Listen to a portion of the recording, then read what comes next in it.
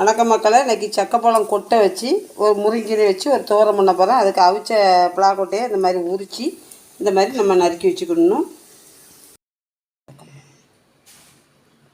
இப்போ கடாய் போட்டிருக்க அடுப்பில் கொஞ்சம் ஆயில் ஊற்றிக்கிடுவோம். ஆயில் சூடாகிட்டு இப்போ ஒரு ஸ்பூன் கடுகு போட்டுக்கிடுவோம். இதை நல்லா வதக்கிக்கிடுவோம். வெங்காயம் வதங்கிருச்சு. இப்போ முருங்கைக்கீரை உருவி கழுவி வச்சுருக்கேன், இதை போட்டுக்கிடுவோம். அது கூட முருங்கைக்கீரை கொஞ்சம் வதங்கட்டும். இப்போ மூடி வச்சுருவோம்.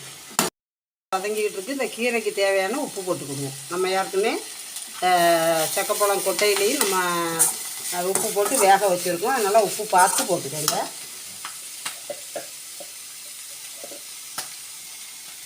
ஒரு சிட்டிகை மஞ்சத்தூள்.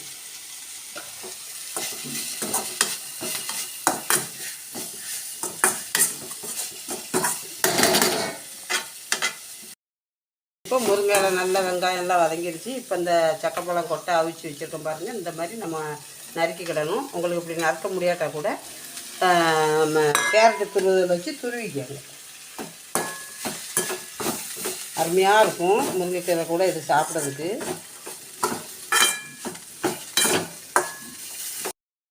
இது தேங்காய், மிளகாய், சீரகம் மூணையும் இப்படி பிரிப்பிரிந்து அரைச்சி வச்சுக்கணும் பாருங்கள். இந்த மாதிரி அரைச்சிக்கணும். இதையும் போட்டுக்கணும். தேங்காய் நல்லா அதிகமாக சேர்த்தா இந்த துவரத்துக்கு நல்லாயிருக்கும். சாம்பார் சோறு, புளிக்குழம்பு, ரச சாப்பாடு. மக்களே, சக்கப்பழம் கொட்டையும் முருங்கைக்கீரையும் வச்சு அம்மா ஒரு தோரம் பண்ணி காட்டியிருக்கேன். இதே மாதிரி நீங்களும் செஞ்சு சாப்பிட்டு பாருங்கள். இன்றைக்கி எங்கள் வீட்டில் சாம்பார், அதுக்காக அந்த தோரமும் பண்ணியிருக்கேன்.